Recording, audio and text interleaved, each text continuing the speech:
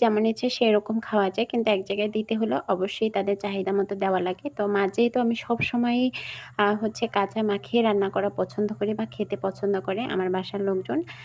আজকে যেহেতু আমি হসপিটালে খাবার দেব, রোগী আছে, তাদের পছন্দ নাই হতে পারে। এজন্য দেখেন আমি মাছগুলো যে ভেজে নিয়েছি, অবশ্যই এটা পাঙ্গাস মাছ ছিল। আর ভেজে নিয়ে তারপরে আমি নরমাল যেভাবে রান্না করি এখানে পেঁয়াজ কাঁচামরিচটা একটু ভেজে নিয়েছি হালকা। তারপর লবণ দিয়ে দিচ্ছি, হলুদ, মরিচের গুঁড়া পরিমাণ মতো দিয়ে দিচ্ছি, জিরার গুঁড়া, ধনিয়ার গুঁড়া, যা যা মশলা প্রয়োজন, আদা বাটা, রসুন বাটা সব কিছু দিয়ে আমি ভালোভাবে দেখেন হচ্ছে এই যে মশলাটাকে কষিয়ে নিয়েছি। কষানো হয়ে গেলে মশলার কাঁচা গন্ধটা যখন চলে যাবে তখন আমি এখানে টমেটোটা দিয়ে দিচ্ছি। টমেটোটাকেও একটু কষিয়ে নিচ্ছি।